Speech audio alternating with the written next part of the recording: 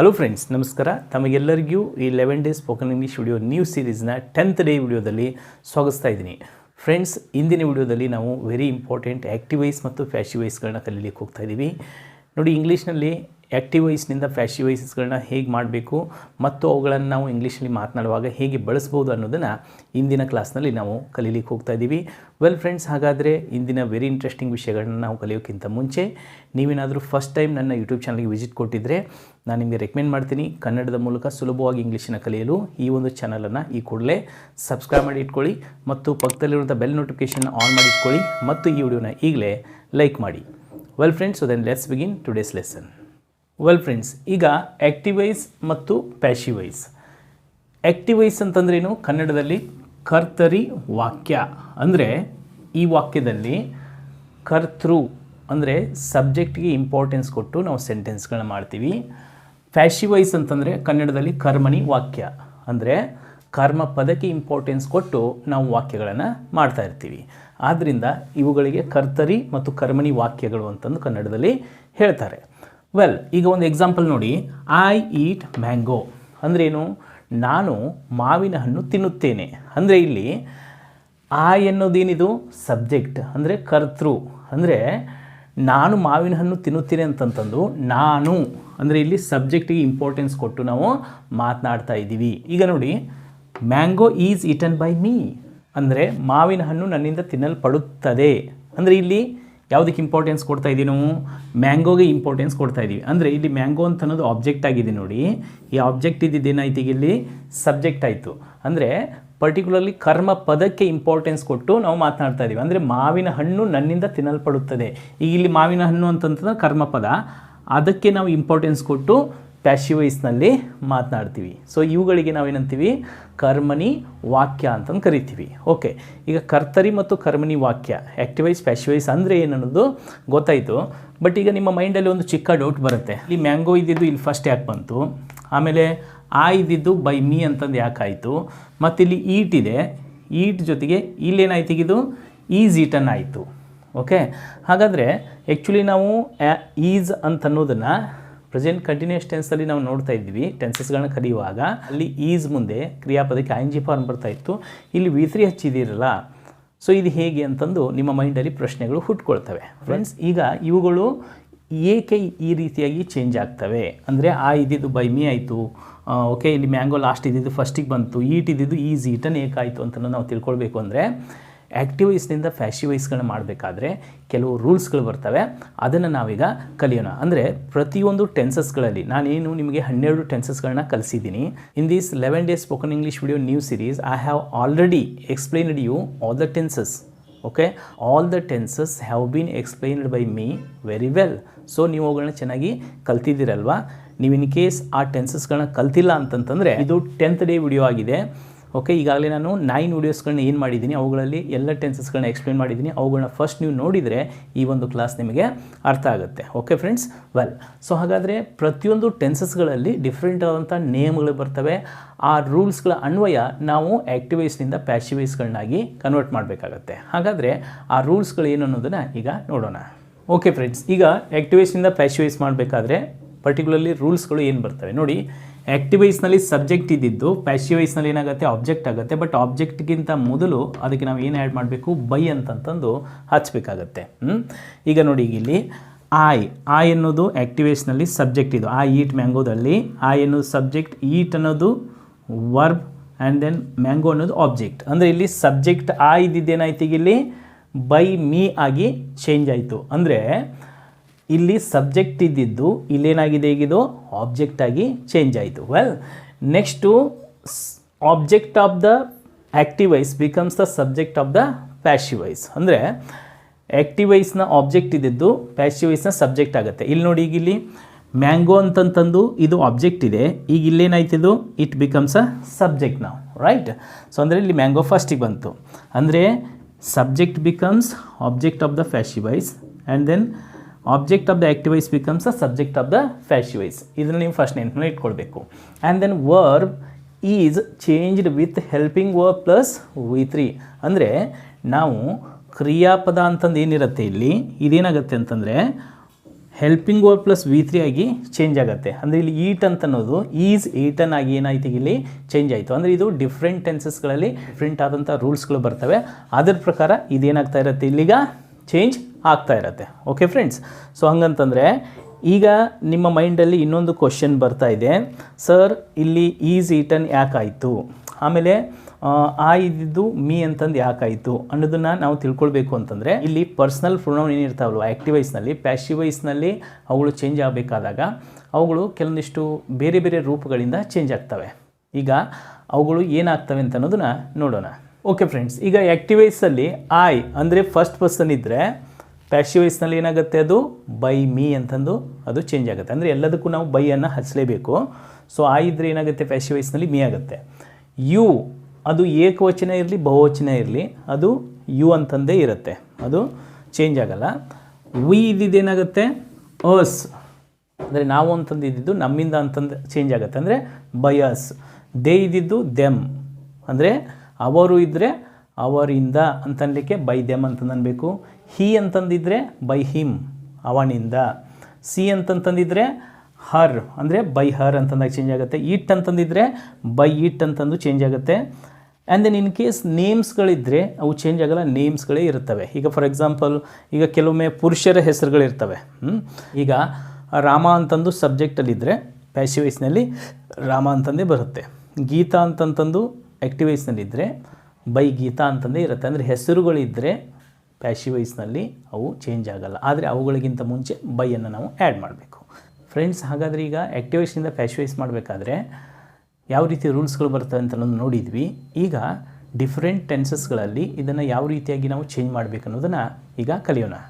Well friends, ಈಗ active ವಾಯ್ಸ್ನಿಂದ passive voice ಮಾಡಬೇಕಾದಾಗ ಇನ್ ಕೇಸ್ ಆ್ಯಕ್ಟಿವ್ ವಾಯ್ಸ್ನ ಸೆಂಟೆನ್ಸ್ಗಳು ಪ್ರೆಸೆಂಟ್ ಸಿಂಪಲ್ ಟೆನ್ಸ್ನಲ್ಲಿದ್ದರೆ ಪ್ಯಾಸಿವ್ ವಾಯ್ಸ್ ನಾವು ಮಾಡಬೇಕಾದಾಗ ಅವುಗಳಿಗೆ ನಾವು ಆ್ಯಮ್ ಈಸ್ ಆರನ್ನು ಹಚ್ಚಿ V3ನ ಹಚ್ಚಿ ನಾವು ಮಾಡಬೇಕಾಗತ್ತೆ. ಸರಿ, ಈಗ ಇಲ್ಲಿ I write letter. I write letter ಅಂತಂದ್ರೇನು, ನಾನು ಪತ್ರವನ್ನು ಬರೆಯುತ್ತೇನೆ. ಓಕೆ, ನೀವು ಪ್ರೆಸೆಂಟ್ ಸಿಂಪಲ್ ಟೆನ್ಸನ್ನು ಕಲಿಬೇಕಾದಾಗ ನೀವು ನೋಡಿದ್ರಿ ಅಲ್ಲಿ subject plus V1 plus object, ಅದೇ ಪ್ರಕಾರ ಇಲ್ಲಿ subject plus V1 plus object ಇದೆ. ಐ ರೈಟ್ ಲೆಟರ್, ನಾನು ಪತ್ರ ಬರೆಯುತ್ತೇನೆ. ಈಗ ಇದನ್ನು ಪ್ಯಾಸಿವ್ ವಾಯ್ಸ್ ಮಾಡಬೇಕು ಅಂತಂದರೆ ಫಸ್ಟ್ ರೂಲ್ ಏನು, ಸೊ ಆಬ್ಜೆಕ್ಟ್ನ ಫಸ್ಟಿಗೆ ತೊಗೊಳ್ಬೇಕು, ಲೆಟರ್ ಫಸ್ಟಿಗೆ ಬಂತು. ಆ್ಯಂಡ್ ದೆನ್ ಐ ಇದ್ದಿದ್ದೇನಾಯ್ತು ಈಗ ಇಲ್ಲಿ ಬೈ ಮೀ ಆಗಿ ಚೇಂಜ್ ಆಯಿತು. ನೆಕ್ಸ್ಟ್ ಈಗ ಇಲ್ಲಿ ವರ್ಬ್ ಏನಿದೆ ಯಾವಾಗಲೂ ಅದೇನಾಗಬೇಕು V3 ಇರಬೇಕು. ಅಂದರೆ ಆ್ಯಮ್ ಈಸ್ ಆರ್ ಇವುಗಳಲ್ಲಿ ಯಾವುದಾದ್ರೂ ಒಂದನ್ನು ತೊಗೊಂಡು ನಾವು V3 ಹಚ್ಚಬೇಕು. ಸೊ ಯಾವುದನ್ನಾದರೂ ತೊಗೋಬೋದಾ, ಹಾಗಿಲ್ಲ. ಈಗ ಇಲ್ಲಿ ಸಬ್ಜೆಕ್ಟ್ ಯಾವುದಿರುತ್ತೆ ಅದ್ರ ಮೇಲೆ ಡಿಪೆಂಡು. ನಿಮ್ಗೆ ಗೊತ್ತಿದೆ ಆ್ಯಮ್ ಈಸ್ ಆರ್ಗಳನ್ನ ಯಾವುದಕ್ಕೆ ಬಳಸಬೇಕು ಅಂತಂದು. ಅಂದರೆ ಆ ಇದ್ದರೆ ಆ್ಯಮನ್ನು ಹಚ್ಚಬೇಕು. ನೆಕ್ಸ್ಟ್ ಹಿ ಸಿ ಇಟ್ ಇದ್ದಾಗ ಈಸ್ ಅಂತಂದು ನಾವು ಬಳಕೆ ಮಾಡ್ತೀವಿ. And then you we they ಇದ್ದಾಗ ಆರ್ ಬಳಸ್ತೀವಿ. ನೀವು ಆ ಬೇಸಿಕ್ ರೂಲ್ಸ್ಗಳನ್ನ ನೆನಪಲ್ಲಿ ಇಟ್ಕೊಂಡಿರಬೇಕು. ಅದ್ರ ಪ್ರಕಾರನೇ ಇಲ್ಲಿ ಆ್ಯಮ್ ಈಸ್ ಆರ್ಗಳನ್ನು ನೀವು ತೊಗೊಳ್ಬೇಕು. ಈಗ ಇಲ್ಲಿ ಲೆಟರ್ ಅಂತಂದರೆ ಇದು ಇಟ್ ಅಂತಂದು ಕನ್ಸಿಡರ್ ಆಗುತ್ತೆ, ಥರ್ಡ್ ಪರ್ಸನ್ ಇಟ್. ಸೊ ಆದ್ದರಿಂದ ಲೆಟರ್ ಜೊತೆಗೆ ನಾವೇನು ಹಚ್ಚಿದ್ವಿ, ಈಸ್ ಹಚ್ಚಿದ್ವಿ. ರೈಟ್ ಇದ್ದಿದ್ದು ರಿಟರ್ನ್ ಆಯಿತು, ಆ ಇದ್ದಿದ್ದು ಬೈ ಮೀ ಆಯಿತು. ಅಂದರೆ ಪತ್ರವು ನನ್ನಿಂದ ಬರೆಯಲ್ಪಡುತ್ತದೆ. ಓಕೆ ಫ್ರೆಂಡ್ಸ್, ಸೊ ಈಗ ಐ ರೈಟ್ ಲೆಟರ್ ಅಂದರೆ ಇದು positive sentence. Letter is written by me. ಈಗ ಇದನ್ನು ನೆಗೆಟಿವ್ ಮಾಡ್ಬೋದಾ? ಅಫ್ಕೋರ್ಸ್ ಮಾಡ್ಬೋದು. ಹೇಗೆ? ಈಗ ನನ್ನಿಂದ ಪತ್ರವು ಬರೆಯಲ್ಪಡುವುದಿಲ್ಲ ಅಂತನ್ಲಿಕ್ಕೆ letter is not written by me. ಅಲ್ಲೇನಿರುತ್ತೆ ಐ ಡೋಂಟ್ ರೈಟ್ ಲೆಟರ್ ಇರುತ್ತೆ, letter is not written by me. ಈಗ ಇದನ್ನೇ ಪ್ರಶ್ನೆ ಮಾಡಬೇಕಾದ್ರೆ ಈಸ್ ಫಸ್ಟಿಗೆ ತೊಗೊಳ್ಬೇಕು. Is letter written by me. ಇದನ್ನೇ ನೆಗೆಟಿವ್ ಕ್ವಶನ್ ಮಾಡಬೇಕಾದ್ರೆ is not letter written by me. So then what is written by me, ನನ್ನಿಂದ ಏನು ಬರೆಯಲ್ಪಡುತ್ತದೆ. ಓಕೆ, ಈ ರೀತಿ ನೀವು 5 ಪ್ರಕಾರದ ಸೆಂಟೆನ್ಸ್ಗಳಲ್ಲಿ ಸಹ ನೀವು ಆ್ಯಕ್ಟಿವ್ ವಾಯ್ಸ್ನಿಂದ ಪ್ಯಾಸಿವ್ ವಾಯ್ಸ್ಗಳನ್ನಾಗಿ ಕನ್ವರ್ಟ್ ಮಾಡ್ಬೋದು. ಓಕೆ, ಈಗ ನೆಕ್ಸ್ಟ್ ಸೆಕೆಂಡ್ ನೋಡಿ, ವಿ ಗ್ರೋ ವೆಜಿಟೇಬಲ್ಸ್ ಅಂದ್ರೇನು, ನಾವು ತರಕಾರಿಗಳನ್ನು ಬೆಳೆಯುತ್ತೇವೆ. We grow vegetables. ಈಗ ಇಲ್ಲೇನಾಯ್ತು, ಈಗ ವೆಜಿಟೇಬಲ್ಸ್ ಫಸ್ಟಿಗೆ ಬಂತು. ಸೊ ವಿ ಇದ್ದಿದ್ದು ಬೈ ಅಸ್ ಆಯಿತು. ಆ್ಯಂಡ್ ದೆನ್ ಗ್ರೋ ಇದ್ದಿದ್ದು ಇಲ್ಲೇನಾಯಿತು, ಗ್ರೋನ್ ಆಯಿತು. ಅಂದರೆ ಇಲ್ಲಿ V1 ಇದೆ, ಇಲ್ಲಿ V3 ಆಯಿತು. ಗ್ರೋ ಗ್ರೀವ್ ಗ್ರೋನ್, ನಿಮ್ಮ ನೆನಪಿದೆ. ಈಗ ಇಲ್ಲಿ ಯಾಕೆ ಆರ್ ಬಂತು, ಬಿಕಾಸ್ ವೆಜಿಟೇಬಲ್ಸ್ ಅಂತಂದರೆ ಬಹುವಚನ. ಬಹುವಚನ ಇದ್ದಾಗ ನಾವು ಏನು ಯೂಸ್ ಮಾಡಬೇಕಾಗತ್ತೆ, ಆರ್ ಯೂಸ್ ಮಾಡಬೇಕಾಗತ್ತೆ. So vegetables are grown by us ಅಂದರೆ ತರಕಾರಿಗಳು ನಮ್ಮಿಂದ ಬೆಳೆಯಲ್ಪಡುತ್ತವೆ. ನೆಕ್ಸ್ಟ್ ರೂಪಾ ರೀಡ್ಸ್ ಬುಕ್ ಅಂದರೆ ರೂಪಾ ಪುಸ್ತಕವನ್ನು ಓದುತ್ತಾಳೆ. ಈಗ ಇಲ್ಲಿ ಬುಕ್ ಫಸ್ಟಿಗೆ ಬಂತು. ಸೊ ನೆಕ್ಸ್ಟು ಬುಕ್ ಅಂತಂದರೆ ಸಿಂಗ್ಯುಲರ್ ಫಾರ್ಮ್ ಆಗುತ್ತೆ, ಆದ್ದರಿಂದ ಇದು ಈಸ್ ಅಂತ ನಾವು ತೊಗೊಂಡ್ವಿ. ಅಂದರೆ ಇಟ್ ಅಂತ ಕನ್ಸಿಡರ್ ಆಗುತ್ತೆ, ಬುಕ್ ಈಸ್. ಆನಂತರ ರೂಪಾಯಿ ಇದ್ದಿದ್ದು ಬೈ ರೂಪಾನೇ ಆಯಿತು. ನಾನು ನಿಮಗೆ ಮುಂಚೆನೇ ಹೇಳಿದ್ದೆ, ಯಾವಾಗಲೂ ಹೆಸರುಗಳಿದ್ದರೆ ಆ ಹೆಸರುಗಳನ್ನು ಆ್ಯಸ್ ಇಟ್ ಈಸ್ ನೀವು ಅಲ್ಲಿ ಬರಿಬೇಕು. ಬಟ್ ಅದಕ್ಕಿಂತ ಮುಂಚೆನೇ ಆ್ಯಡ್ ಮಾಡಬೇಕು, ನೀವು ಬೈಯನ್ನು ಹಚ್ಚಬೇಕಲ್ಲಿ. ಸೊ ರೂಪಾಯಿ ಇದ್ದಿದ್ದು ಬೈ ರೂಪಾ ಅಂತಂದಾಯಿತು. ಈಗ ಇಲ್ಲಿ ರೀಡ್ಸ್ ಅಂತಂತಂದು ಯಾಕಿತ್ತು, ಬಿಕಾಸ್ ಪ್ರೆಸೆಂಟ್ ಸಿಂಪಲ್ ಟೆನ್ಸ್ನ ಥರ್ಡ್ ಪರ್ಸನ್ ಅಂದರೆ ಹಿ ಸಿ ಇಟ್ಟಿದ್ದಾಗ ಕ್ರಿಯಾಪದಕ್ಕೆ ಎಸ್ ಅಥವಾ ಎಸ್ ಅನ್ನು ಹಚ್ಚಬೇಕು. ಆ ರೂಲ್ ನಿಮ್ಗೆ ನೆನಪಿದೆ ತಾನೆ, ಅಲ್ಲಿ I go, you go, we go, they go ಇದ್ದಿದ್ದು ಹೀ ಬಂದಾಗ ಹೀ ಗೋಸ್ ಆಗಿತ್ತು ನೋಡಿ. ಹಾಗೇನೆ ಈಗ ಇಲ್ಲಿ ರೂಪ ಅಂದರೆ ಸಿ ರೀಡ್ಸ್ ಬುಕ್, ರೂಪ ಪುಸ್ತಕವನ್ನು ಓದುತ್ತಾಳೆ.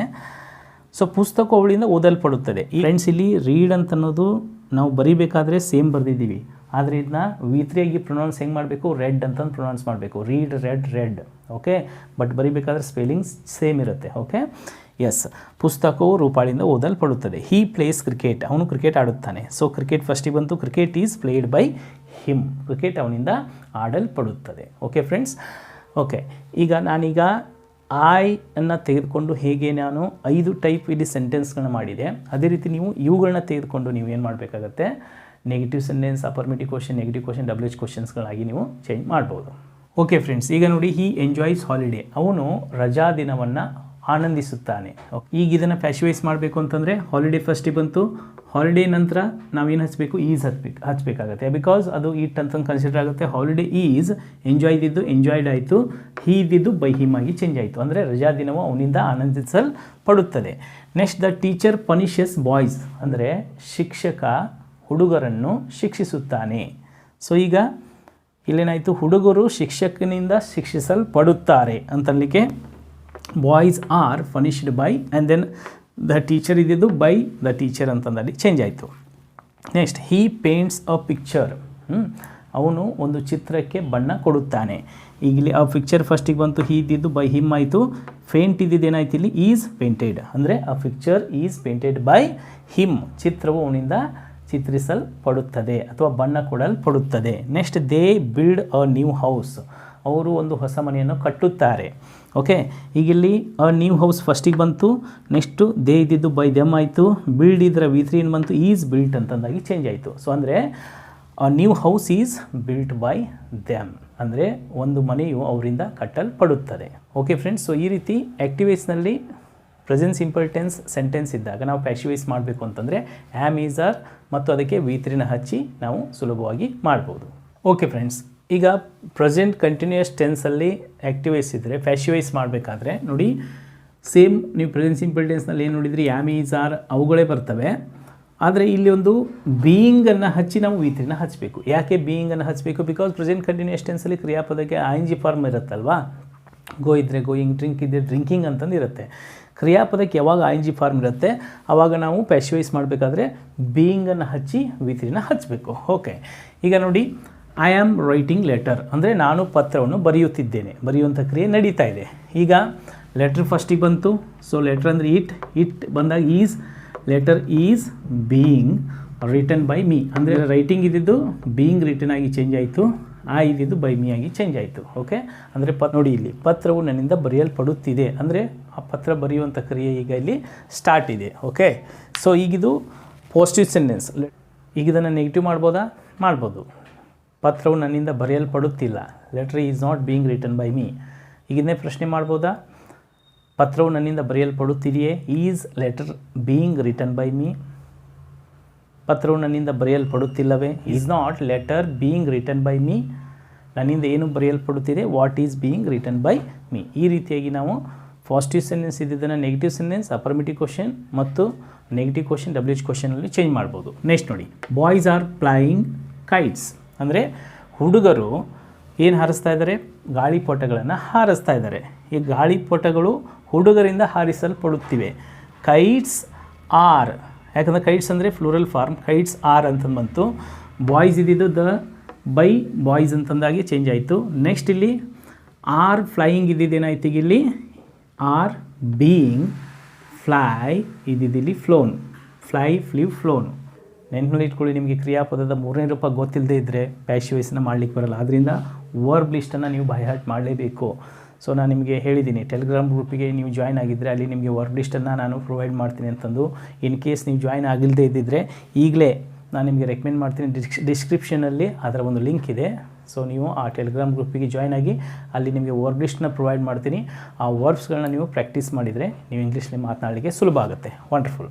ನೆಕ್ಸ್ಟ್ ನೋಡಿ, ಗರ್ಲ್ಸ್ ಆರ್ ಸಿಂಗಿಂಗ್ ಸಾಂಗ್, ಅಂದರೆ ಹುಡುಗಿಯರು ಹಾಡನ್ನು ಹಾಡುತ್ತಿದ್ದಾರೆ. ಈಗ ಇಲ್ಲಿ ಏನಾಗುತ್ತೆ, ಇದು songs are being sung by girls, ಅಂದರೆ ಹಾಡುಗಳು ಹುಡುಗಿಯರಿಂದ ಹಾಡಲ್ಪಡುತ್ತಿವೆ. Next they are helping the poor, ಅಂದರೆ ಅವರು ಬಡವರಿಗೆ ಸಹಾಯ ಮಾಡುತ್ತಿದ್ದಾರೆ. ಈಗ ಓಕೆ, ಈಗ ಇಲ್ಲೇನಾಗಿ ಚೇಂಜ್ ಆಯಿತು, ದ ಪುವರ್ ಆರ್, ಯಾಕಂದರೆ ಇದು ಬಹುವಚನ ಅದರಿಂದ ಆರ್ ಬಂತು. ಇಲ್ಲಿ ಹೆಲ್ಪಿಂಗ್ ಇದ್ದಿದ್ದೇನಾಯಿತು, ಬೀಯಿಂಗ್ ಹೆಲ್ಪ್ಡ್ ಬೈ ದೇ ಇದ್ದಿದ್ದು ದೆಮ್, ಅಂದರೆ ಬಡವರು ಅವರಿಂದ ಸಹಾಯ ಮಾಡಲ್ಪಡುತ್ತಿದ್ದಾರೆ. ಸೊ ಈ ರೀತಿಯಾಗಿ ನೀವು ಪ್ರೆಸೆಂಟ್ ಕಂಟಿನ್ಯೂಸ್ ಟೆನ್ಸ್ನಲ್ಲಿ ಸೆಂಟೆನ್ಸ್ಗಳಿದ್ದಾಗ ನೀವು ಪ್ಯಾಸಿವೈಸ್ ಮಾಡ್ಬೋದು. ಈಗ ಬೇರೆ ಎಕ್ಸಾಂಪಲ್ಸ್ಗಳನ್ನು ನಾವು ಮಾಡ್ಬೋದು. ಈಗ ಫಾರ್ ಎಕ್ಸಾಂಪಲ್ ನೋಡಿ, ಹೀ ಈಸ್ ಡ್ರೈವಿಂಗ್ ಕಾರ್, ಅವನು ಕಾರನ್ನು ಹೊಡೆಯುತ್ತಿದ್ದಾನೆ. Car is being driven by him, car ಅವನಿಂದ ಹೊಡೆಯಲ್ಪಡುತ್ತಿದೆ. Okay, my mother is cooking food, ನನ್ನ ತಾಯಿ ಅಡುಗೆ ಮಾಡುತ್ತಿದ್ದಾರೆ. The food is being cooked by my mother, ಅಂದರೆ ಅಡುಗೆಯು ನನ್ನ ತಾಯಿಯಿಂದ ಮಾಡಲ್ಪಡುತ್ತಿದೆ. Next my boss is giving salary, ನನ್ನ ಬಾಸ್ ಸ್ಯಾಲ್ರಿ ಕೊಡ್ತಾ ಇದ್ದಾರೆ, ಅಂದರೆ ಪೇಮೆಂಟ್ ಕೊಡ್ತಾ ಇದ್ದಾರೆ. ಈಗ salary is being given by the boss, ಅಂದರೆ ಸ್ಯಾಲ್ರಿ ಬಾಸ್ನಿಂದ ಕೊಡಲ್ಪಡುತ್ತಿದೆ. ಸೊ ಈ ರೀತಿಯಾಗಿ ನೀವು ಪ್ರೆಸೆಂಟ್ ಕಂಟಿನ್ಯೂಸ್ ಟೆನ್ಸಲ್ಲಿ ಇದ್ದಾಗ ಹ್ಯಾಮ್ ಈಸ್ ಆರನ್ನು ಹಚ್ಚಿ ಅದಕ್ಕೆ ಬೀಯಿಂಗನ್ನು ಆ್ಯಡ್ ಮಾಡಿ V3ನ ಹಚ್ಚಿ ಈಸಿಯಾಗಿ ನೀವು ಪ್ಯಾಸಿವೈಸ್ ಮಾಡ್ಬೋದು. Okay friends, wonderful. Well friends, ಈಗ ಆ್ಯಕ್ಟಿವೈಸ್ ಪ್ರೆಸೆಂಟ್ ಪರ್ಫೆಕ್ಟ್ ಟೆನ್ಸಿಗೆ ಸಂಬಂಧಪಟ್ಟಿದ್ದರೆ ನಾವು ಅದನ್ನು ಪ್ಯಾಸಿವೈಸ್ ಮಾಡಬೇಕು ಅಂತಂದರೆ ಹ್ಯಾವ್ ಮತ್ತು ಹ್ಯಾಸ್ಗಳನ್ನ ಯೂಸ್ ಮಾಡಿಕೊಂಡು ಅಲ್ಲಿ ಬೀನನ್ನು ಹಚ್ಚಿ V3ನ ನಾವು ಹಚ್ಚಬೇಕು. ಈ ಒಂದು ಟೆನ್ಸ್ನಲ್ಲಿ ಪ್ಯಾಸಿವೈಸ್ ಮಾಡೋದು ತುಂಬ ಸುಲಭ. ಯಾಕಂತಂದರೆ ಆಲ್ರೆಡಿ ಆ್ಯಕ್ಟಿವೈಸ್ನಲ್ಲಿನೇ ಏನಿರುತ್ತೆ, V3 ಇರುತ್ತೆ. ಸೊ V3 ನಮಗೆ ಚೇಂಜ್ ಮಾಡೋದು ತುಂಬ ಸುಲಭ ಆಗುತ್ತೆ ಇಲ್ಲಿ. ಆದರೆ ಹ್ಯಾಸ್ ಮತ್ತು ಹ್ಯಾವ್ಗಳಿಗೆ ಬೀನನ್ನು ಹಚ್ಚಿ ನಾವು V3ನ ಹಚ್ಚಬೇಕು. ಈಗ ನೋಡಿ, I have return a letter, ಅಂದರೆ ನಾನು ಪತ್ರ ಬರೆದಿದ್ದೇನೆ. ಈಗ ಇಲ್ಲೇನಾಯಿತು, ಲೆಟರ್ ಫಸ್ಟಿಗೆ ಬಂತು, ಆ ಇದ್ದಿದ್ದು ಬೈ ಮೀ ಆಯಿತು. ಈಗ ಇಲ್ಲಿ ರಿಟರ್ನ್ ಹ್ಯಾವ್ ರಿಟರ್ನ್ ಏನಾಯ್ತು, ಈಗ ಇಲ್ಲಿ has been written by me ಅಂತಂದು ಚೇಂಜ್ ಆಯಿತು. ಇಲ್ಲಿ ಯಾಕೆ ಇದು ಹ್ಯಾಸ್ ಆಯಿತು, ಬಿಕಾಸ್ ಇಲ್ಲಿ ಹ್ಯಾಸ್ ಅಂತನ್ನೋದು ಇಲ್ಲಿ ಸಬ್ಜೆಕ್ಟ್ ಯಾವ್ದು ಬರುತ್ತೆ ಅದಕ್ಕೆ ಸಂಬಂಧಪಡುತ್ತೆ. ಅಂದರೆ ಲೆಟರ್ ಅಂತ ಅನ್ನೋದು ಇಟ್ ಅಂತಂದು ಕನ್ಸಿಡರ್ ಆಗುತ್ತೆ. ಈ ಸೀಟ್ ಇದ್ದಾಗ ನಾವು ಹ್ಯಾಸ್ ಹಚ್ಬೇಕು, ಆದ್ದರಿಂದ ಇಲ್ಲಿ ಹ್ಯಾಸ್ ಬಂದಿದೆ. Letter has been written by me, ಪತ್ರವು ನನ್ನಿಂದ ಬರೆಯಲ್ಪಟ್ಟಿದೆ. ಓಕೆ, ಈಗ letter has been written by me, ಇದು ಪಾಸಿಟಿವ್ ಸೆಂಟೆನ್ಸ್. ಈಗ ಇದನ್ನ ನೆಗೆಟಿವ್ ಮಾಡ್ಬೋದಾ, ಪತ್ರವು ನನ್ನಿಂದ ಬರೆಯಲ್ಪಟ್ಟಿಲ್ಲ. Letter has not been written by me, ಪತ್ರವು ನನ್ನಿಂದ ಬರೆಯಲ್ಪಟ್ಟಿದೆ.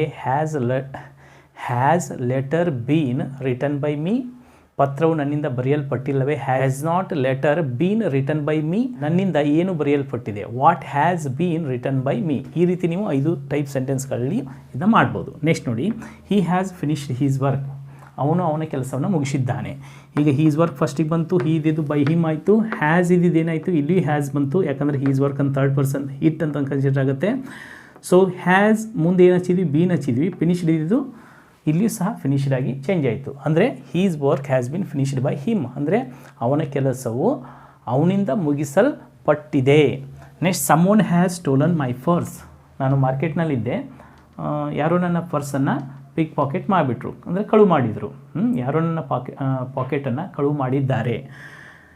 ಈಗ ಮೈ ಪರ್ಸ್ ಫಸ್ಟಿಗೆ ಬಂತು, ಸೊ ಅದಕ್ಕೆ ನಾವು ಹ್ಯಾಸ್ ಹಚ್ಚಿದ್ವಿ. ನೆಕ್ಸ್ಟ್ ಅದಕ್ಕೆ ಬೀನ್ ಬಂತು. ಅದರ ನಂತರ ಇಲ್ಲಿ ಸ್ಟೋಲನ್ ಇದ್ದಿದ್ದು ಸೇಮ್, ಸ್ಟೋಲನ್ ಬೈ ಸಮ್ಒನ್, ಅಂದರೆ ನನ್ನ ಪಾಕೆಟ್ ಯಾರೋ ಒಬ್ಬರಿಂದ ಕಳುವಾಗಲ್ಪಟ್ಟಿದೆ. Okay, next they have built a new house, ಅಂದರೆ ಅವರು ಹೊಸ ಮನೆಯನ್ನು ಕಟ್ಟಿದ್ದಾರೆ.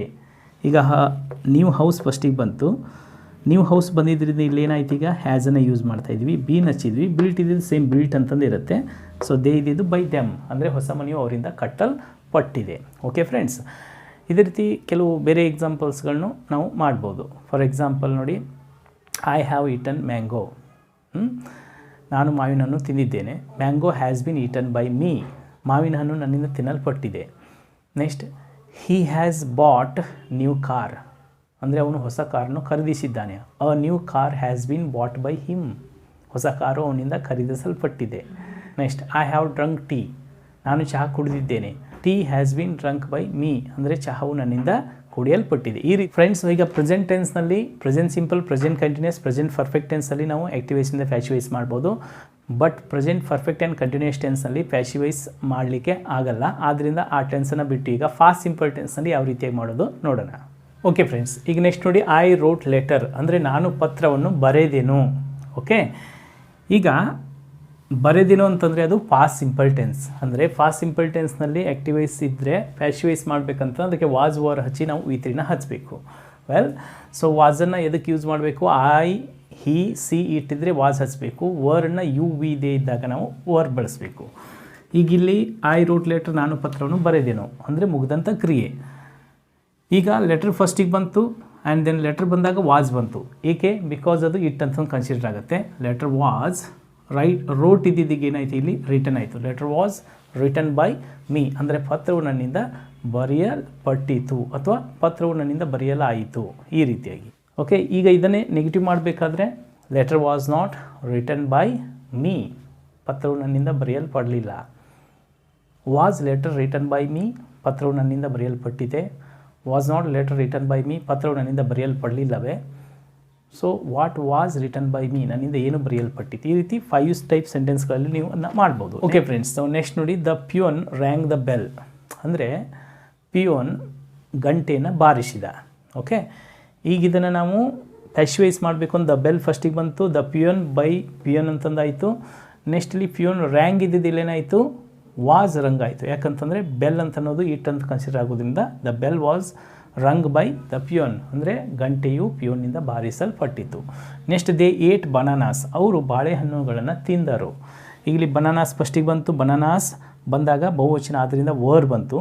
Bananas were eaten by them ಅಂದರೆ ಬಾಳೆಹಣ್ಣುಗಳು ಅವರಿಂದ ತಿನ್ನಲ್ಪಟ್ಟವು. Okay, next he stole my pen ಅಂದ್ರೇನು? ಅವನು ನನ್ನ ಪೆನ್ನನ್ನು ಕದ್ದನು. ಈಗ ಮೈ ಪೆನ್ ಫಸ್ಟಿಗೆ ಬಂತು, ಅದರಿಂದ ವಾಸ್ ಬಂತು. ನೆಕ್ಸ್ಟ್ ಇಲ್ಲಿ ಸ್ಟೋಲ್ ಇದ್ದಿದ್ದೇನ ಏನಾಯ್ತು? ಈಗ ಇಲ್ಲಿ ಸ್ಟೋಲನ್ ಆಯಿತು, ಯಾಕಂದರೆ V3ಯಲ್ಲಿ ಸ್ಟೋಲನ್ ಆಗುತ್ತೆ. ಆ್ಯಂಡ್ ದೆನ್ ಹೀ ಇದ್ದಿದ್ದು ಬೈ ಹಿಮ್ ಅಂದರೆ ನನ್ನ ಪೆನ್ನು ಅವನಿಂದ ಕದಿಯಲ್ಪಟ್ಟಿತು. ಓಕೆ, ಈಗ ನೆಕ್ಸ್ಟ್ ಕೆಲವು ಎಕ್ಸಾಂಪಲ್ಸ್ಗಳು ನೋಡೋಣ. ಹೀ ಡ್ರೋ ಅ ಕಾರ್, ಅವನು ಕಾರನ್ನು ಹೊಡೆದನು. A car was driven by him, car ಅವನಿಂದ ಹೊಡೆಯಲ್ಪಟ್ಟಿತು. Next my mother cooked food, ನನ್ನ ತಾಯಿ ಅಡುಗೆ ಮಾಡಿದರು. The food was cooked by my mother, ಅಡುಗೆಯು ನಮ್ಮ ತಾಯಿಯಿಂದ ಮಾಡಲ್ಪಟ್ಟಿತು. ನೆಕ್ಸ್ಟ್ ದೇ ಪ್ಲೇಡ್ ಕ್ರಿಕೆಟ್, ಅವರು ಕ್ರಿಕೆಟನ್ನು ಆಡಿದರು. Cricket was played by them, cricket ಅವರಿಂದ ಆಡಲ್ಪಟ್ಟಿತು. ನೆಕ್ಸ್ಟ್ ಸಿ ಬ್ರಾಟ್ ವೆಜಿಟೇಬಲ್ಸ್, ಅವಳು ತರಕಾರಿಯನ್ನು ತಂದಳು. ತರಕಾರಿ ಅವಳಿಂದ ತರಲ್ಪಟ್ಟಿತು. So vegetables were brought by her ಅಂದರೆ ತರಕಾರಿಯು ಅವಳಿಂದ ತರಲ್ಪಟ್ಟಿತು. ಓಕೆ, ಈ ರೀತಿ ನೀವು ಬೇರೆ ಬೇರೆ ಎಕ್ಸಾಂಪಲ್ಸ್ಗಳನ್ನ ತೊಗೊಂಡು ಇದರಲ್ಲಿ ಈ ಒಂದು ಟೆನ್ಸಲ್ಲಿ ನೀವು ಪ್ಯಾಸಿವ್ ವಾಯ್ಸ್ ಮಾಡ್ಬೋದು. ಅರ್ಥ ಆಯ್ತಲ್ವಾ?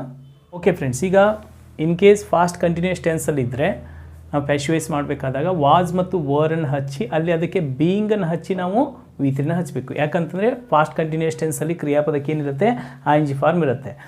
ING ಫಾರ್ಮ್ ಯಾವಾಗಿರುತ್ತೋ ಆವಾಗ ನಾವು ಬೀಯಿಂಗನ್ನು ಹಚ್ಚಿ V3ನ ಹಚ್ಚಬೇಕು. ಈಗ ನೋಡಿರಿ, ಐ ವಾಸ್ ರೈಟಿಂಗ್ ಲೆಟರ್ ಅಂದರೆ ನಾನು ಪತ್ರವನ್ನು ಬರೆಯುತ್ತಿದ್ದೇನು, ಬರೆಯುವಂಥ ಕ್ರಿಯೆಯಲ್ಲಿ ಸ್ಟಾರ್ಟ್ ಇತ್ತು. ಸೊ ಲೆಟರ್ ಫಸ್ಟಿಗೆ ಬಂತು, ಆ ಇದ್ದಿದ್ದು ಬೈ ಮೀ ಆಯಿತು. ಆ್ಯಂಡ್ ದೆನ್ ಇಲ್ಲಿ ವಾಸ್ ರೈಟಿಂಗ್ ಇದ್ದಿದ್ದು ವಾಸ್, ಇಲ್ಲಿ ವಾಸ್ ಅಂತಂದೇ ಬರುತ್ತೆ. ಬಿಕಾಸ್ ಇಲ್ಲಿ ಲೆಟರ್ ಅಂತಂದರೆ ಈಟ್ ಅಂತ ಕನ್ಸಿಡರ್ ಆಗೋದ್ರಿಂದ ವಾಸ್ ಅಂತಂದೇ ಬರುತ್ತೆ. ನೆಕ್ಸ್ಟು ಇಲ್ಲಿ ರೈಟಿಂಗ್ ಇದ್ದಿದ್ದು ಏನಾಗುತ್ತೆ? ಇಲ್ಲಿ ಬೀಯಿಂಗ್ ರಿಟರ್ನ್ ಅಂದರೆ ಬೀಯಿಂಗ್ ಹಚ್ಚಿ ನೀವು V3ನ ಹಚ್ಚಬೇಕು. So letter was being written by me ಅಂದರೆ ಪತ್ರವು ನನ್ನಿಂದ ಬರೆಯಲ್ಪಡುತ್ತಿತ್ತು ಅಂದರೆ ಬರೆಯುವಂಥ ಆ್ಯಕ್ಷನಲ್ಲಿ ನಡೀತಾ ಇತ್ತು. ಓಕೆ, ಈಗ letter was being written by me ಇದು ಪಾಸಿಟಿವ್ ಸೆಂಟೆನ್ಸ್. ಈಗ ಇದನ್ನ ನೆಗೆಟಿವ್ ಹೆಂಗೆ ಮಾಡಬೇಕು?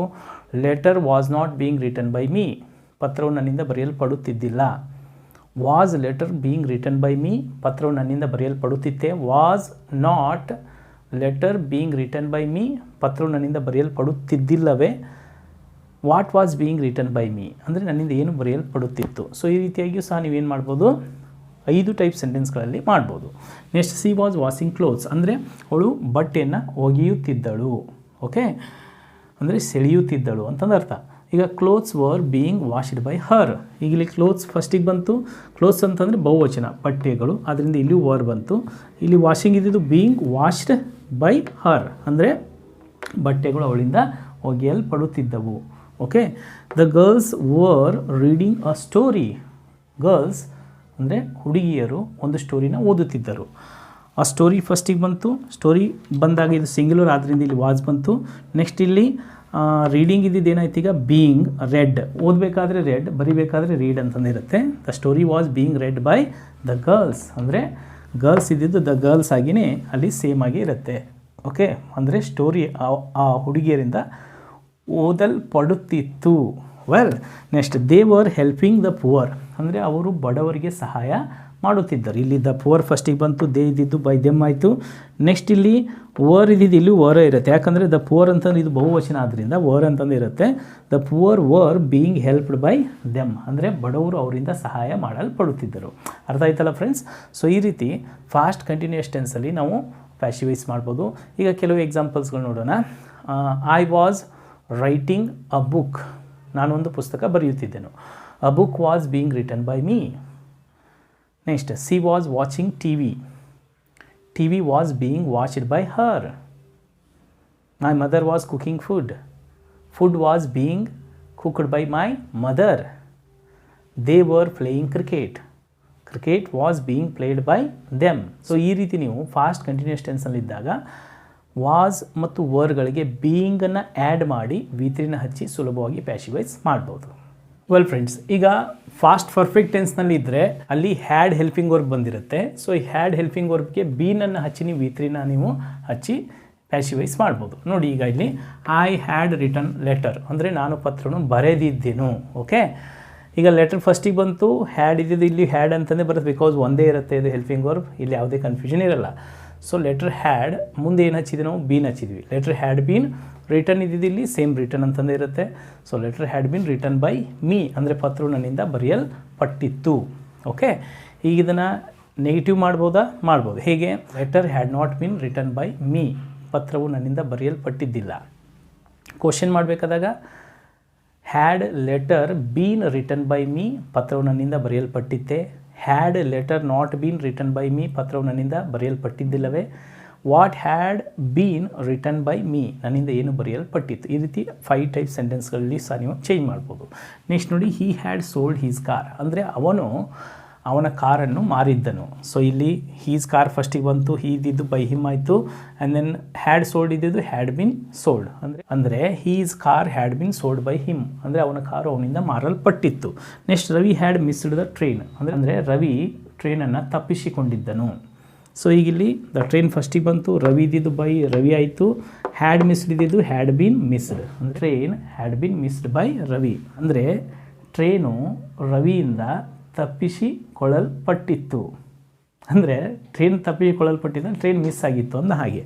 Next, they had built a new house, ಅಂದ್ರೇನು, ಅವರು ಹೊಸ ಮನೆಯನ್ನು ಕಟ್ಟಿದ್ದರು. ಸೊ ಈಗ ಆ ನ್ಯೂ ಹೌಸ್ ಫಸ್ಟಿಗೆ ಬಂತು, ಇಲ್ಲಿ ಬಿಲ್ಟ್ ಇದ್ದಿದ್ದು had been built by them, ಅಂದರೆ ಹೊಸ ಮನೆ ಅವರಿಂದ ಕಟ್ಟಲ್ಪಟ್ಟಿತ್ತು. Okay, next, we had played hockey, ನಾವು ಹಾಕಿಯನ್ನು ಆಡಿದ್ದೆವು.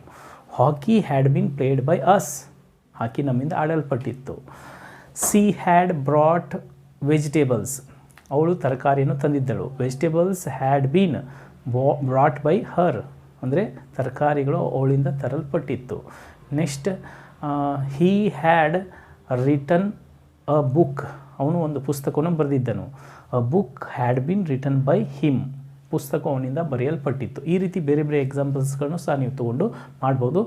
ಫಾಸ್ಟ್ ಪರ್ಫೆಕ್ಟ್ ಟೆನ್ಸಲ್ಲಿದ್ದರೆ ಹ್ಯಾಡ್ ಹೆಲ್ಪಿಂಗ್ ವರ್ಬ್ ಬೀನ್ ಹಚ್ಚಿ ನೀವು ವಿ3ನ ಹಚ್ಚಿ ಪ್ಯಾಸಿವೈಸ್ ಮಾಡ್ಬೋದು. ವೆಲ್ ಫ್ರೆಂಡ್ಸ್, ಈಗ ಹಾಗಾದರೆ ಫ್ಯೂಚರ್ ಸಿಂಪಲ್ ಟೆನ್ಸ್ನಲ್ಲಿ ಆ್ಯಕ್ಟಿವೈಸ್ ಇದ್ದರೆ ನಾವು ಅದನ್ನ ಪ್ಯಾಸಿವೈಸ್ ಮಾಡಬೇಕು ಅಂತ ವಿಲ್ ಮತ್ತು ಶಾಲಿ ಎರಡು ಹೆಲ್ಪಿಂಗ್ ವರ್ಬ್ಸ್ಗಳಿಗೆ ಬಿಯನ್ನು ಹಚ್ಚಿ ನೀವು ವಿ3ನ ಹಚ್ಚಿ ನೀವು ಈಸಿಯಾಗಿ ಮಾಡ್ಬೋದು. ಈಗ ನೋಡಿ, ಐ ವಿಲ್ ರೈಟ್ ಲೆಟರ್ ಅಂದ್ರೇನು, ನಾನು ಪತ್ರವನ್ನು ಬರೆಯುತ್ತೇನೆ. ಯಾವಾಗ ಇದು ಫ್ಯೂಚರಲ್ಲಿ. ಓಕೆ, ಈಗ ಇಲ್ಲಿ ಲೆಟರ್ ಫಸ್ಟಿಗೆ ಬಂತು, ಲೆಟರ್ ಬಂದಾಗ ಸೊ ವಿಲ್ ಅಂತಂದೇ ಬರುತ್ತೆ. Okay, letter will be write ಇದೇನಾಯಿತು, ರಿಟನ್ ಬೈ ಮೀ, ಪತ್ರವು ನನ್ನಿಂದ ಬರೆಯಲ್ಪಡುತ್ತದೆ. ಓಕೆ, ಇದು ಪಾಸಿಟಿವ್. ಈಗ ಇದನ್ನೇ ನೆಗೆಟಿವ್ ಹೇಗೆ ಮಾಡ್ಬೋದು ನೀವು, letter won't be written by me, ಪತ್ರವು ನನ್ನಿಂದ ಬರೆಯಲ್ಪಡುವುದಿಲ್ಲ. ಸೊ ಕ್ವಶನ್ ಇದ್ದಾಗ ವಿಲ್ ಫಸ್ಟಿಗೆ ತೆಗೆದುಕೊಂಬರಬೇಕು. Will letter be written by me, ಪತ್ರವು ನನ್ನಿಂದ ಬರೆಯಲ್ಪಡುತ್ತದೆಯೇ. Won't letter be written by me, ಪತ್ರವು ನನ್ನಿಂದ ಬರೆಯಲ್ಪಡುವುದಿಲ್ಲವೇ. Then what will be written by me, ನನ್ನಿಂದ ಏನು ಬರೆಯಲ್ಪಡುತ್ತದೆ. ಈ ರೀತಿ ನೀವು 5 ಟೈಪ್ ಸೆಂಟೆನ್ಸ್ಗಳನ್ನಾಗಿಯೂ ಸಹ ನೀವು ಮಾಡ್ಬೋದು. Next, we will see movie, ಅಂದರೆ ನಾವು ಒಂದು ಚಲನಚಿತ್ರವನ್ನು ನೋಡುತ್ತೇವೆ. Movie will be seen by us, ಅಂದರೆ ಚಲನಚಿತ್ರವು ನಮ್ಮಿಂದ ನೋಡಲ್ಪಡುತ್ತದೆ. ಅಂದರೆ ವಿದಿದು ಬೈ ಅಸ್ ಆಯಿತು. ಈಗ ಇಲ್ಲಿ ವಿಲ್ ಸಿ ಇದ್ದಿದ್ದೇನಾಯ್ತು ಈಗ ಇಲ್ಲಿ ವಿಲ್ ಬಿ ಸೀನ್ ಆಗಿ ಚೇಂಜ್ ಆಯಿತು. Next I will buy car, ಅಂದರೆ ನಾನು ಒಂದು ಕಾರನ್ನು ಕೊಳ್ಳುತ್ತೇನೆ. ಈಗ ಇಲ್ಲಿ ಕಾರ್ ಫಸ್ಟಿಗೆ ಬಂತು, ಕಾರ್ ವಿಲ್ ಬಿ ಬೈ ಇದ್ದಿದ್ದೇನಾಗುತ್ತೆ ಇಲ್ಲಿ bought, car will be bought by me, ಅಂದರೆ ಕಾರ್ ನನ್ನಿಂದ ಕೊಳ್ಳಲ್ಪಡುತ್ತದೆ. Next she will prepare food, ಅಂದರೆ ಅವಳು ಅಡುಗೆ ಮಾಡುತ್ತಾಳೆ, ಅಡುಗೆಯು ಅವಳಿಂದ ಮಾಡಲ್ಪಡುತ್ತದೆ ಅಂತಲಿಕ್ಕೆ food will be prepared by her, ಅಂದರೆ ಅವಳಿಂದ ಅಡುಗೆ ಮಾಡಲ್ಪಡುತ್ತದೆ. ಗೊತ್ತಾಯ್ತಲ್ಲ ಫ್ರೆಂಡ್ಸ್, ಈ ರೀತಿ ನೀವು ಫ್ಯೂಚರ್ ಸಿಂಪಲಲ್ಲಿದ್ದಾಗ ವಿಲ್ ಮತ್ತು ಶಾಲ್ಗಳಿಗೆ ಬಿ ಫಾರ್ಮನ್ನು ಹಚ್ಚಿ ನೀವು ವಿ3ನ ಹಚ್ಚಿಯಲ್ಲಿ ಪ್ಯಾಸಿವೈಸ್ ಮಾಡ್ಬೋದು. ವೆಲ್ ಫ್ರೆಂಡ್ಸ್, ಈಗ ಫ್ಯೂಚರ್ ಪರ್ಫೆಕ್ಟ್ ಟೆನ್ಸ್ನಲ್ಲಿ ಆ್ಯಕ್ಟಿವೈಸ್ ಇದ್ದಾಗ ನಾವು ಪ್ಯಾಸಿವೈಸ್ ಮಾಡಬೇಕು ಅಂತಂದರೆ ವಿಲ್ ಹ್ಯಾವ್ ಮತ್ತು ಶಾಲ್ ಹ್ಯಾವ್ ಏನು ಫ್ಯೂಚರ್ ಪರ್ಫೆಕ್ಟ್ ಟೆನ್ಸಲ್ಲಿ ಬಂದಿರ್ತವೆ ಅವುಗಳಿಗೆ ಸಿಂಪಲ್ ನಾವು ಏನು ಹಚ್ಚಬೇಕಲ್ಲಿ ಬೀನನ್ನು ಹಚ್ಚಿ ವಿ3ನ ನಾವು ಹಚ್ಚಬೇಕಾಗತ್ತೆ. ಅಂದರೆ ಬೀನ್ ಪ್ಲಸ್ ವಿ3ನ ನಾವು ಇಲ್ಲಿ ಹಚ್ಚಬೇಕಾಗತ್ತೆ. ಓಕೆ, ಈಗ ನೋಡಿ I will have return letter, ಅಂದರೆ ನಾನು ಪತ್ರನ ಬರೆದಿರುತ್ತೇನೆ. ಫ್ಯೂಚರಲ್ಲಿ ಇಂಥ ಸಮಯದಲ್ಲಿ ಈ ಕ್ರಿಯೆಗಳು ಮುಗಿದಿರ್ತವೆ ಅಂತ ಅನ್ನೋದನ್ನು ಫ್ಯೂಚರ್ ಪರ್ಫೆಕ್ಟ್ ಟೆನ್ಸಲ್ಲಿ ನಾವು ಹೇಳ್ತಾ ಇರ್ತೀವಿ. ಎಸ್, ಈಗ ಲೆಟರ್ ಫಸ್ಟಿಗೆ ಬಂತು, ಆ ಇದ್ದಿದ್ದು ಬೈ ಮೀ ಆಯಿತು. ನೆಕ್ಸ್ಟ್ ಇಲ್ಲಿ ವಿಲ್ ಹ್ಯಾವ್ ರಿಟರ್ನ್ ಇದ್ದಿದ್ದು will have been written by me, ಅಂದರೆ ಪತ್ರವು ನನ್ನಿಂದ ಬರೆಯಲ್ಪಟ್ಟಿರುತ್ತದೆ. Yes, next they will have won the match, ಅಂದರೆ ಅವರು ಪಂದ್ಯವನ್ನು ಗೆದ್ದಿರುತ್ತಾರೆ. ಈಗ ಇಲ್ಲಿ ದ ಮ್ಯಾಚ್ ಫಸ್ಟಿಗೆ ಬಂತು, ದೇ ಇದ್ದಿದ್ದು ಬೈ ದೆಮ್ ಆಯಿತು. The match will have been won by them, ಅಂದರೆ ಪಂದ್ಯವು ಅವರಿಂದ ಗೆಲ್ಲಲ್ಪಟ್ಟಿರುತ್ತದೆ. Next we will have passed exam, ಅಂದರೆ ನಾವು ಪರೀಕ್ಷೆನ ಪಾಸ್ ಆಗಿರುತ್ತೇವೆ. ಇಲ್ಲಿ ಎಕ್ಸಾಮ್ ಫಸ್ಟಿಗೆ ಬಂತು, so will have been passed ಇದ್ದಿದ್ದು ಸೇಮ್ ಪಾಸ್ಡ್ ಇರುತ್ತೆ, ವಿ ಇದ್ದಿದ್ದು ಬೈ ಅಸ್, ಅಂದರೆ exam will have been passed by us, ಅಂದರೆ ಪರೀಕ್ಷೆಯು ನಮ್ಮಿಂದ ಪಾಸ್ ಆಗಲ್ಪಟ್ಟಿರುತ್ತದೆ. Next Ramesh will have built a new home, ಅಂದರೆ ರಮೇಶ್ ಹೊಸ ಮನೆಯನ್ನು ಕಟ್ಟಿರುತ್ತಾನೆ. ಈಗ new home will have been built by Ramesh, ಹೊಸ ಮನೆಯು ರಮೇಶ್ನಿಂದ ಕಟ್ಟಲ್ಪಟ್ಟಿರುತ್ತದೆ. ಓಕೆ ಫ್ರೆಂಡ್ಸ್, ಸೊ ಈ ರೀತಿ ಫ್ಯೂಚರ್ ಪರ್ಫೆಕ್ಟ್ ಟೆನ್ಸ್ನಲ್ಲಿ ನಾವು ವಿಲ್ ಹ್ಯಾವ್ ಮತ್ತು ಶಾಲ್ ಹ್ಯಾವ್ಗಳಿಗೆ ಬೀನನ್ನು ಹಚ್ಚುವುದರಿಂದ ನಾವು ಪ್ಯಾಸಿವೈಸನ್ನಾಗಿ ಮಾಡ್ಬೋದು. ಓಕೆ, ಈಗ ಫ್ಯೂಚರ್ ಟೆನ್ಸಲ್ಲಿ ಫ್ಯೂಚರ್ ಸಿಂಪಲ್, ಫ್ಯೂಚರ್ ಪರ್ಫೆಕ್ಟ್ ಟೆನ್ಸನ್ನು ಮಾಡಲಿಕ್ಕೆ ಬರುತ್ತೆ. ಫ್ಯೂಚರ್ ಕಂಟಿನ್ಯೂಸ್ ಟೆನ್ಸು ಮತ್ತು ಫ್ಯೂಚರ್ ಪರ್ಫೆಕ್ಟ್ ಕಂಟಿನ್ಯೂಸ್ ಟೆನ್ಸ್ಗಳನ್ನ ನಾವು ಪ್ಯಾಸಿವೈಸ್ ಮಾಡಲಿಕ್ಕೆ ಬರಲ್ಲ. ಓಕೆ, 12 ಟೆನ್ಸಸ್ಗಳಲ್ಲಿ ನೋಡಿ, ಪ್ರೆಸೆಂಟ್ ಟೆನ್ಸಲ್ಲಿ present simple, present continuous, present ಪರ್ಫೆಕ್ಟಲ್ಲಿ ಬರುತ್ತೆ. ಪ್ರೆಸೆಂಟ್ ಪರ್ಫೆಕ್ಟ್ ಕಂಟಿನ್ಯೂಸ್ ಟೆನ್ಸಲ್ಲಿ ಬರಲ್ಲ.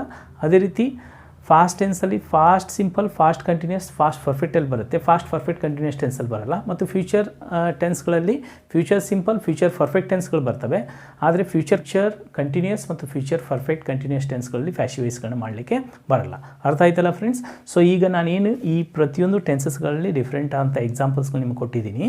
ಅದೇ ರೀತಿ ನೀವು ಬೇರೆ ಬೇರೆ ಎಕ್ಸಾಂಪಲ್ಸ್ಗಳನ್ನ ತೊಗೊಂಡು ಇವುಗಳನ್ನ ಪ್ರಾಕ್ಟೀಸ್ ಮಾಡಬೇಕು. ಓಕೆ, ಇದು ಟೆನ್ಸಸ್ಗಳಲ್ಲಾಯಿತು. ಮತ್ತು ಮಾಡೆಲ್ಸ್ಗಳಲ್ಲಿ ಯಾವ ರೀತಿಯಾಗಿ ನಾವು ಪ್ಯಾಸಿವೈಸ್ ಮಾಡ್ಬೋದು ಈಗ ಕೆಲವು ಎಕ್ಸಾಂಪಲ್ಸ್ಗಳಿಂದ ಕಲಿಯೋಣ.